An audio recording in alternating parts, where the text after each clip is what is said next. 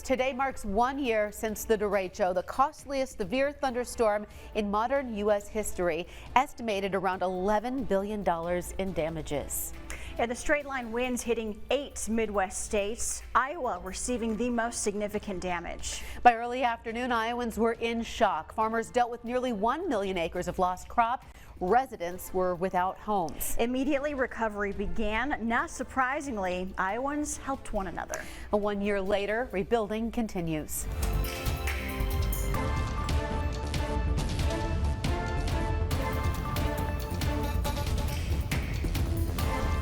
You're watching Local 5 News. Team coverage tonight shows you the latest recovery across central Iowa. Local 5's Lake and McGee in Marshalltown after FEMA denied federal funding. And Local 5 meteorologist Taylor Canoost on new tools for forecasting these storms. And Taylor is at the Buccaneers Arena in Urbandale, one of the areas hit hardest in the Des Moines metro. The building lost parts of its roof, ultimately pushing the organization to build a brand new arena at Merle Hay Mall. And here's what the roof looks like today, 1 year later, all patched up after a lot of work. And the derecho wasn't forecasted. It was hard to predict. Yeah, but forecasters are moving ahead with new technology, as Taylor shows us. Yeah, Samantha and Stephanie, it's safe to say that a storm of that magnitude on this day last year was not expected by meteorologists until about a couple hours until it affected central Iowa. But the good news is researchers are currently working on ways to prevent surprises like that from ever happening again. The project they're currently working on is called the Warn-On Forecast System. And unlike the weather models we show you on TV every day, this system takes the full range of possibilities computed by these models and shows the odds that a specific thunderstorm will produce severe weather in any given location. This should help meteorologists provide more warning lead time for dangerous weather like damaging wind gusts, hail, and tornadoes. There had to be a whole series of other events that either did or did not happen in a specific order in order to have the environment be right for the development of the derecho. Now, the Warn-On Forecast System did a terrific job of forecasting last year's derecho and would have been useful to forecasters had it been available. But this research is just the latest advancement in a field that has come a long way over the past 20 years. The resolution that models were run with, even in the early 2000s, was not even capable of resolving thunderstorms. So now we're not only able to resolve thunderstorms, we're able to issue, 36 different forecasts at the same time for different thunderstorms and have all of these different customized ways of looking at the output. So it's come a tremendously far way. My full interview about the future of severe weather forecasting can be found right now on weareiowa.com. Reporting live from Urbandale, Taylor Canoost, Local 5 News, We Are Iowa. All right, Taylor, thank you so much. Now, the highest wind gusts happened in the Cedar Rapids area. The wind destroyed roofs and walls, leaving people without homes after sustained 130 to 140 mile per hour gusts. Residents were without power for about 2 weeks. Now, take a look at this map here from NOAA. Now, the pink corridor shows the highest wind gusts starting in Benton County here through Cedar Rapids and up through Marion.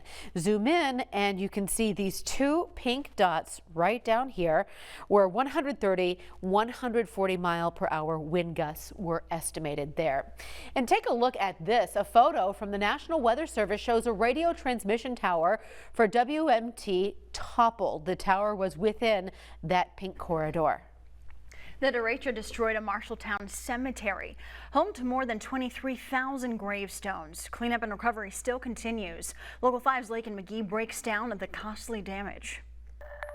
1 year later, and there is still debris and damage here at the Riverside Cemetery. And staff here tell me that they think it's going to take years to get it back to normal. And we could hear debris hitting the building, and you could hardly see the lake in front of the office.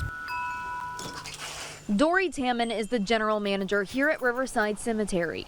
The cemetery is just under 100 acres, so we took a drive to see the damage. We still have some dangling limbs. Is that from the derecho? Yeah. With trees down and gravestones knocked over, Dory and her team still picking up the pieces. How much damage would you say you had here from the derecho? Oh, it's easily over $1 million. Our tree removal was almost that by itself, and we're not done with that yet. And We have monuments to repair. Dory applied for assistance from FEMA, but was denied. She received a $20,000 grant for monument repairs because the cemetery's insurance does not cover that. We still owe $165,000 and we don't have that kind of money laying around. She says this is the most costly and destructive storm the cemetery has been through. The Riverside Cemetery does not have the right amount of funding to pay all of those bills off, but they are taking donations for help. Reporting at the Riverside Cemetery in Marshalltown, I'm Lakin McGee, Local 5 News, Weir, Iowa. And the donation information is here on your screen. You can mail a check to the address there or give that number a call for more information on how to donate. Oh my God!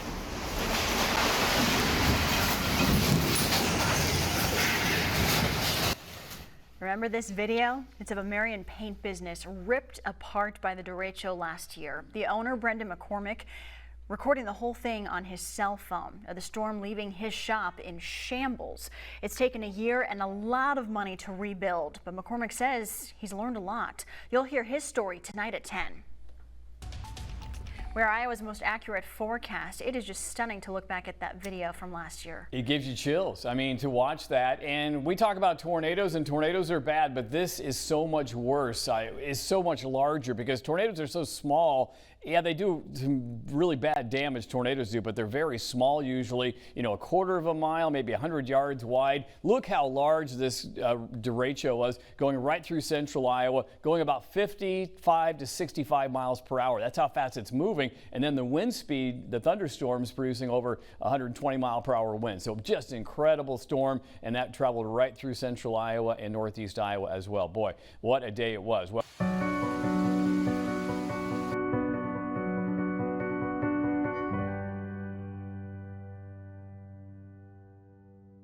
we are on live now. Thank you everyone for joining us here at Local 5 YouTube channel, and we are going to be talking about what we've been talking about all day long, the derecho. A year ago today, that derecho went through central Iowa, it went through Illinois, it went through like 10 states. I mean, it was a big storm system. It turned out to be the most costly thunderstorm ever in the history of the United States. I mean, it was a big deal. It's like a once-in-a-lifetime almost event. Let's hope it is anyway, because it was so devastating. Personally, I was out without power in Ankeny for 3 days, my neighbors, everybody, and there were hundreds of thousands of people without power for a long time, and it just caused a lot of devastation. It was a deadly storm as well. So we're going to be taking your questions tonight, so you can go ahead and send those to us via YouTube, or you can text them at 515-457-1026. You can text those questions to us, and we'll be answering those as we go through the night. So just send them away. And you can see behind me, actually, there's the loop of the derecho going right now. That is courtesy of the environmental mesoset night. It is basically a big thunderstorm complex, really intense thunderstorm complex that got so organized. It was really unusual because we were thinking there could be severe weather going the night before into that day, but it turned out, I guess it was Sunday into Monday. So Sunday night, some of the models were showing a bow echo, but there's a big difference between just a bow echo and thunderstorm or a derecho, because it is much bigger, much more intense, and it lasts for a long time. That's really the difference. Sometimes bow echoes last a couple of hours. Derechos actually last many hours, and this one was especially long, starting in the morning hours and going until basically after sunset. It died in Ohio. So started in South Dakota, went all the way to Ohio, traveling at about 55 to 65 miles per hour. Just like a car driving down I-80 is basically what it did, and caused devastation all along the way. That's why it was the most costly thunderstorm ever, at least thunderstorm complex ever in the history of the United States. So I have Holly, my producer, in my ear, and if you have any questions, Holly, go ahead and send them my way.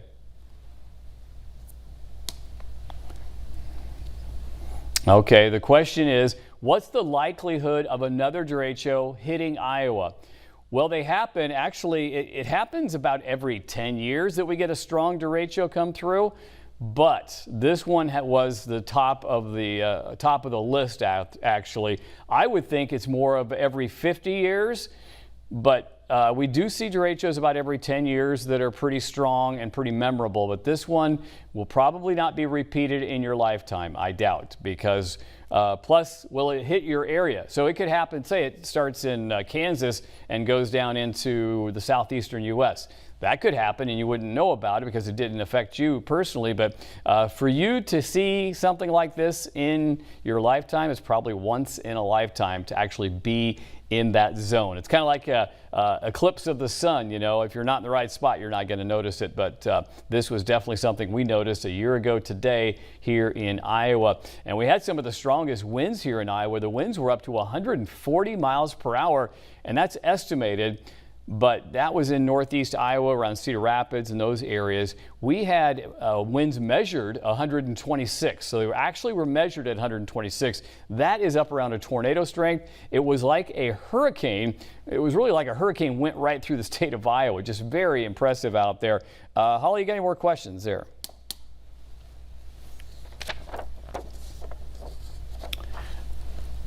Okay, so the question coming in is, what does climate change have to do with derechos, if anything?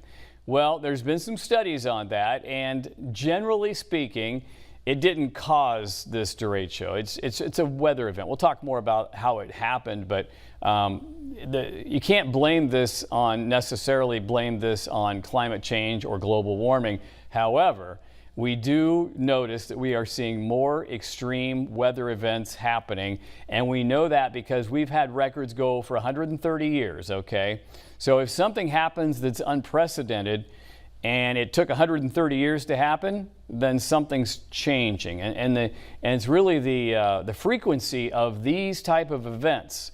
Even with flooding, like sometimes we used to have what we call a 50-year flood or a 100-year flood. Well, sometimes those are changing because they're happening more often, and that is really partially, or maybe completely, but certainly partially attributed to global warming, climate change.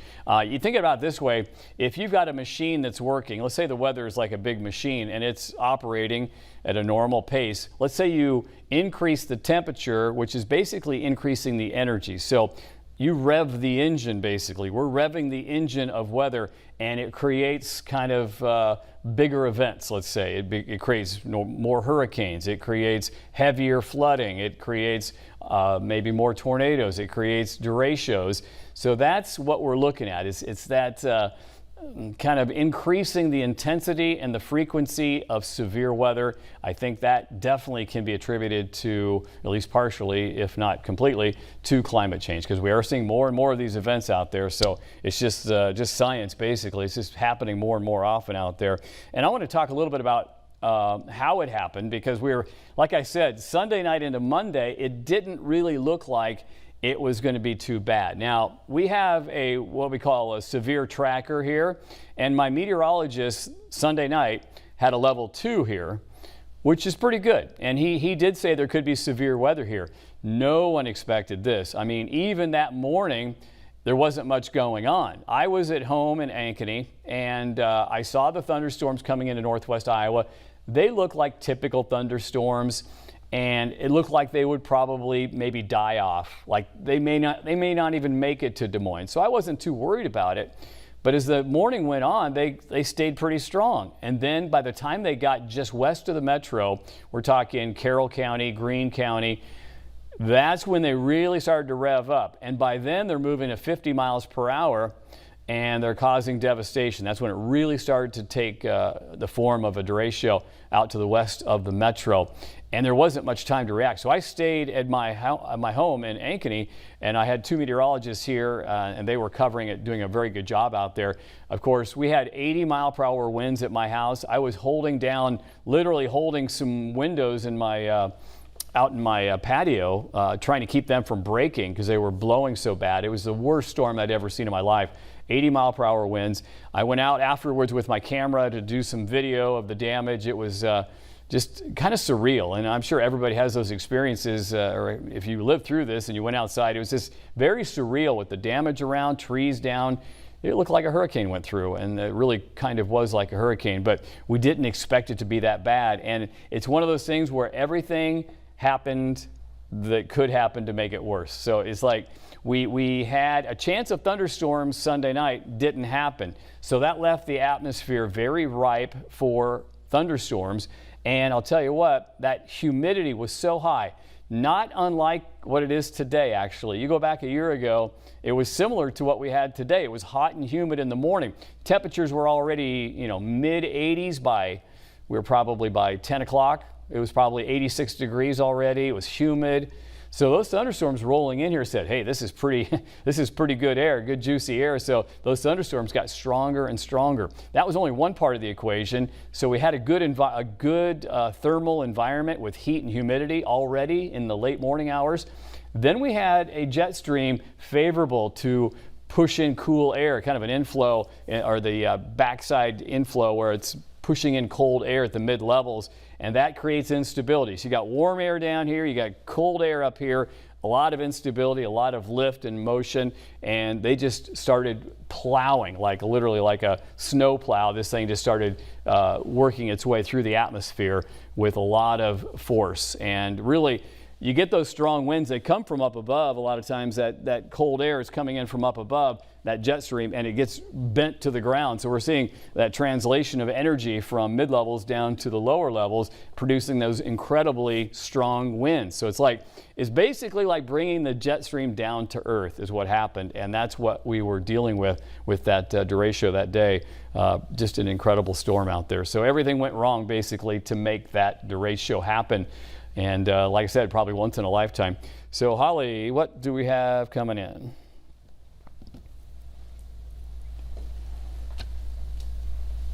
Yeah. So a viewer is asking, compare this one to other ones that I've seen. And I was doing a little bit of research. There was one in 1998 that was pretty memorable. There was one in 2010. So it really is almost every 10 years, right? So they're not, you often see bow echoes. So we talk about bow echoes, and they usually happen and they might last an hour or 2 or 3. That's not what derechos do. Derechos last a long time. That's why they're basically given a separate name, because they're a long-lasting bow echo is what it basically is. And I have never seen anything like this. This is something I hope I never see again, because it just, it's very cool in a sense meteorologically. It's very interesting, but it just, you don't want to see this happen anywhere because it's too devastating. It was deadly. It caused all kinds of damage to the farms, to the trees, to the houses, people's lives destroyed. So yeah, it's just amazing weather, but just devastating, and I hope we never see it again. And chances are, I don't think we would, but you never know, because things are happening more frequently than they used to happen. And I did look up. Now, people say, what is derecho? What is that word? It's actually a Spanish word that means direct or straight.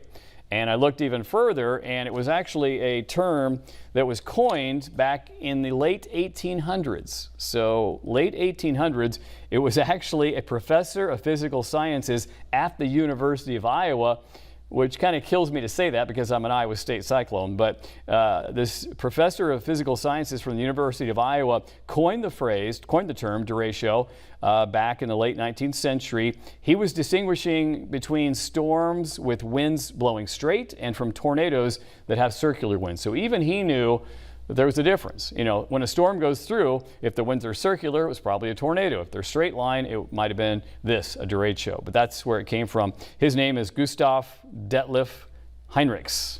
And that was back in the late 1800s, the University of Iowa. So that's pretty cool. I didn't know that till today. I looked it up. So Holly, what do we got next?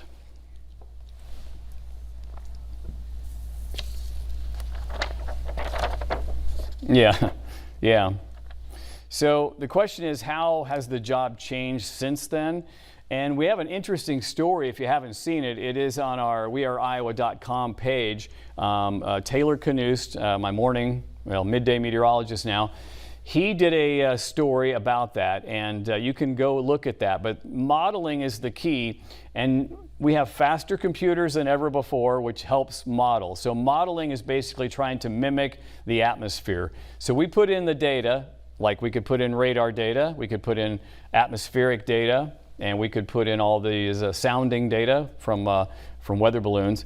And these computer models are getting better and they're getting faster because we have stronger computers, faster computers.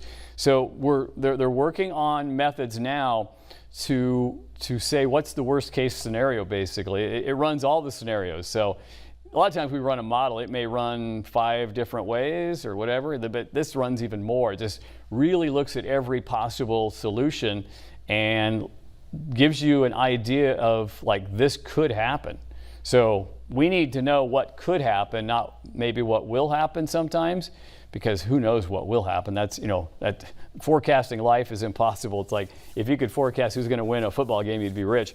But you can't. You cannot always accurately predict the future, even in weather. But you can look at the probability of we could have a pretty big storm, a derecho. So the models are starting to do that, and I would encourage you to look at that story that Taylor Canuse did on that. And then Brandon Lawrence also did a story on the effect to our agriculture here in the state, which was devastating, not to mention the trees, but also, some of the crops from last year are still recovering this year because all the corn got knocked over and it's trying to come up. So you got volunteer corn, and it just makes a big mess of the field. So there's a lot of issues that still repercussions from that storm. But yeah, the question basically, yeah, we are trying to, better model these types of events. And I do remember looking Sunday night at one of our high resolution models, and it did show a bow echo, but then a couple of runs later, it wasn't anything. It went away. So the model sometimes would say, yes, it could be severe weather. The next a couple hours later, it's like, nothing's going to happen. So it wasn't a sure thing. And like I said, everything happened just right for it to happen that way. Even at 9 o'clock in the morning, no one really thought it was going to be that bad. It was about 10 o'clock when it was like, oh crap, this is bad. And that's when it just took off and went right on down I-80 and caused all that devastation. So we're about halfway through here. So what you got there, Holly? Oh, yeah, the question is, can you predict a derecho now? Yes and no. I mean, we're still having that issue, will it happen? It's kind of like even predicting a tornado. We don't actually predict tornadoes, 6 hours in advance. We predict the conditions that produce tornadoes. So it's basically here's what it'll come down to, I think, in the future. It'll be like when they put out a tornado watch, maybe someday there'll be a derecho watch. I mean, that is a possibility. If that devastating type of a system is possible, they may come out with a new type of a watch. I'm just kind of thinking outside the box here. I haven't read anything or heard anything about this coming down the pike, but it really could be that way because the Storm Prediction Center in Oklahoma City, they issue all the watches for the entire country. So they're the gurus, they're the experts, and sometimes they get it wrong, by the way, but it's hard to do. But they may have a day when they issue a derecho watch, possibly, and that would have been a day to issue one, right? And then you would know, okay, this is not just a normal severe thunderstorm, this is a derecho watch, which would be worse. And what's interesting, people don't really realize that winds are not linear, or the force, let's say this, the force of the wind is not a linear equation. So let's put it this way, if you have winds of 50 miles per hour and you have winds of 100 miles per hour, that's not twice as strong. The force is actually 4 times as strong. Think about that. So 50 miles per hour and 100 miles per hour, it's 4 times as strong as the 100 is. So the 100 is 4 times stronger than the 50 as far as the force it puts on buildings and trees. And that's why you see such rapid increase in damage. You go from 50 to 100, it is amazingly different. 50 almost does nothing. The trees sway. You might lose a couple tiny little limbs the size of your pinky. It gets up to 100, then it's serious. And it gets above 100, you continue with that same logic. It is basically the square of that. So the force is the square of the speed, essentially. And that is why we see so much damage. And when you get tornadoes of winds of 200 plus miles per hour, it's devastating damage. I mean, even the foundations are moved. You know, the whole house is gone. All that's left is the basement. And it's pretty amazing. So, what we got next, Holly?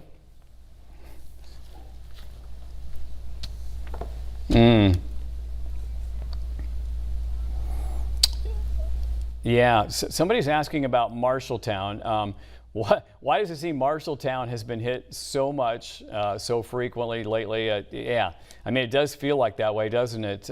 We've had tornado, derecho hit pretty hard, and even this year we've had some pretty bad weather in that area. So it's been a rough time in Marshall County and Marshalltown, and all I can say is it's bad luck. It's kind of like when Ankeny got 10 inches of rain a couple years ago and caused the flooding. It was really, you know, Des Moines had 5 or 6, but Ankeny got the heaviest rain that time around. Somebody's going to be in the wrong place at the wrong time, and sometimes it just happens to be in the same area. It is, all I have to say, it's just random. And sometimes you can flip a coin and it'll be heads 5 times in a row. It happens, you know, just those random events that seem to be like you're cursed. It feels like you're cursed, and I felt that way before. When I've wanted rain, and everybody's like, "Oh, there's a bubble over my area because it never rains here. It always goes around us." And everybody has that experience from time to time. And I would say, if you average everything out over 100 years, it probably will all average out. But in your 10 years, 20 years, it may not average out. You may come up short on rainfall. You may have more severe weather. You know, it just weather takes a while to average out as far as everybody getting the same type of weather. Just, it's kind of chaos, really. Another question, Holly. That's a good question. So Cindy asks, how long can a derecho stay together? Well, this one stayed together, I believe, about 8 to 10 hours, depending on when they officially say it started. So that's the nature of a derecho versus a bow echo is kind of a baby derecho, and it doesn't last very long. But a derecho part of the definition is it has to last for a long period of time. And I don't know if there's a minimum, maybe 6 hours it has to last. But this one certainly qualified. It was at least 10 hours long, I think, by the time it died in Ohio. So pretty impressive storm, no doubt about it. And I've seen them before, and they're cool to watch because they move so fast. That's what's really amazing about them, is they take on a life of their own. And they're kind of like, I don't care what's in front of me, I'm going that way. And they just plow into these environments that you wouldn't expect thunderstorms. So what's really weird is the people let's say the people in Indiana. The people in Indiana that day, they didn't expect a derecho flying in from the west from I-80, coming out of Iowa. I mean, that's what it did. So pretty crazy weather. But I almost forgot the question. What was the question again from Cindy? I think I lost where I was. Oh, how long? Yeah, they stay together a long time, Cindy. Yeah, 6 to 10 hours, maybe even longer in some cases. But usually they run into something that kills them. All weather is born, all weather dies. Hurricanes are born, hurricanes die. And same way with a derecho. But at least 6 to 10 hours is a pretty good length for a derecho. Any more questions there? Yeah, I should. Okay, so I should have grabbed a water before I got up here. I feel rude if I left my station here, so I won't. I'll just power through this. We got about eight or 10 more minutes. So a question that just came in is, what have we learned about derechos, or what have I learned about derechos? Here's what I've learned about weather. It's very humbling. Forecasting the weather is very humbling. So expect the unexpected. And that's hard for me to say because I want to be so sure of myself, like, oh, it's not going to happen. Oh, it's not going to happen. But it can happen. I mean, it's kind of like some people say what can happen will happen eventually. I mean, people win the lottery and it shouldn't happen. Astronomically low. Oh, you're so kind. Thank you, Jordan. Jordan to the rescue. So think of it this way. Like I said, things happen that shouldn't happen. you wouldn't think are even possible. So if somebody wins the lottery, that just tells you it does happen. It's kind of like what happened with the Derecho or the tornado that we had Sunday night. This storm came out of Minnesota producing a tornado. Well, at 11 o'clock, it's still trying to produce a tornado, and it defying all odds. You know, what can happen will happen eventually. So you got to be, it's kind of like you got to be prepared for almost anything, any possibility. And the National Weather Service in Des Moines, they do a great job of you know, balancing that act, because you don't want to issue a tornado warning for everything, or, you know, cry, you know, the sky is falling. You can't say that every time, but they do a good job of balancing that, because they have public safety is number one, and it is for us too. So we don't want to break into programming unless we have to, unless we feel like somebody is in danger. And tornadoes, always in danger. Derechos, you're always in danger. Hailstorm, you're probably not in danger, as long as you're not stupid and out in the middle of a hailstorm with baseball-sized hail. But the point is, we do not want to interrupt programming. We want to basically serve our viewers. We don't want to make them upset. So always keep that in mind. So we are always trying to do that for you, and that's what I've learned, just humility, because it is so hard to forecast the weather sometimes, and what can happen will happen eventually. We got any more questions?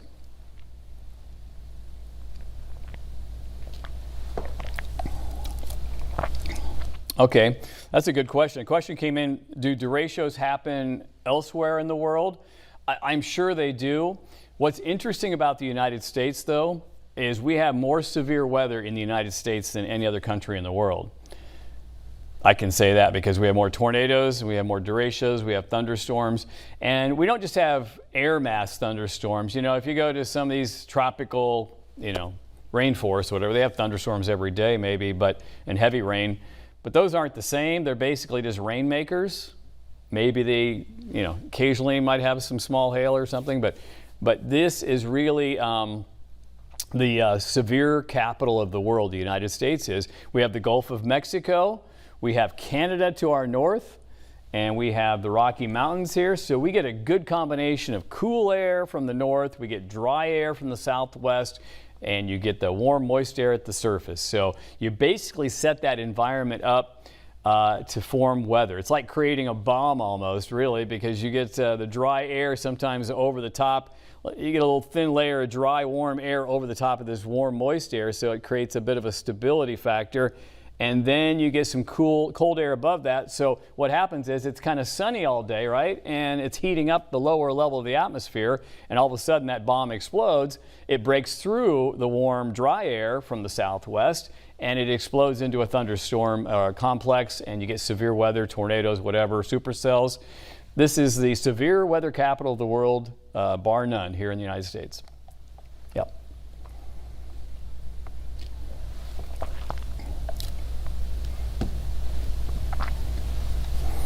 Ryan, was it Ryan that asked that? Yeah, Ryan. So Ryan asked, was this the fastest a derecho's ever developed? I don't know. I mean, I don't know if they even track things like that. It was very, very fast, though. It really went from, and it tracked about as fast as any of them can. I think 65, it was at 60 to 65 miles per hour, its speed of movement. Of course, the winds were stronger than that, but it's kind of like a hurricane. Hurricanes don't track at 65 miles per hour. They track maybe at 30 at the most. You know, they don't really get going that fast, especially when they're strong. This was tracking at 60, 65 miles per hour at its peak, and it developed pretty rapidly too. So that doesn't give you much lead time.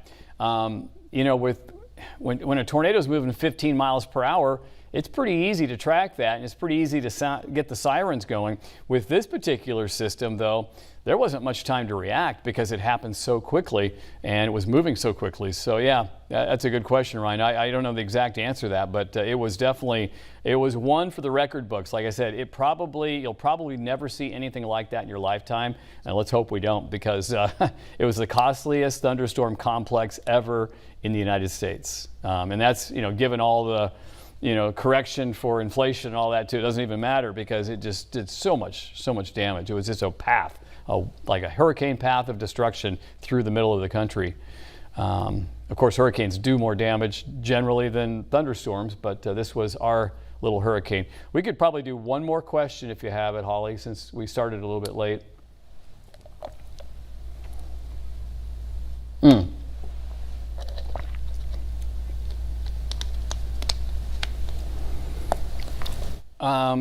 Somebody's asking if days like August 10th of last year, is that what got me into forecasting and weather and meteorology? Kind of. I mean, I was big into the weather mostly because of my dad. He was kind of a wannabe meteorologist. We would go up on top of our roof and watch the weather, and usually thunderstorms would be developing. It was safe. Trust me, we weren't up there during lightning, but we would watch these clouds and thunderstorms developing up on the roof. So I got really interested in the weather, and I'm just a science geek by heart. I love science. I like to see how things work and the how and the why in the world. So that's really how I got started with the weather. So yeah, that's pretty much how I got started with the weather. Thunderstorms. I love lightning. You know, just to watch it. It's a pastime for me. I can sit outside and grab a cold one and watch the lightning. We got one more question.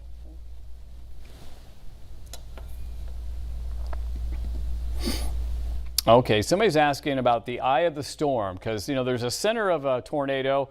I really wouldn't call it an eye in a tornado, but there is a center of the tornado. It's the center of the vortex. But there's an eye of the hurricane. There's not an eye in this. However, it's more like a bow echo. And if you have a comma, if you draw a comma and the top of is the comma head, this thing formed that. So it starts as a bow echo, and then you get the comma head at the top.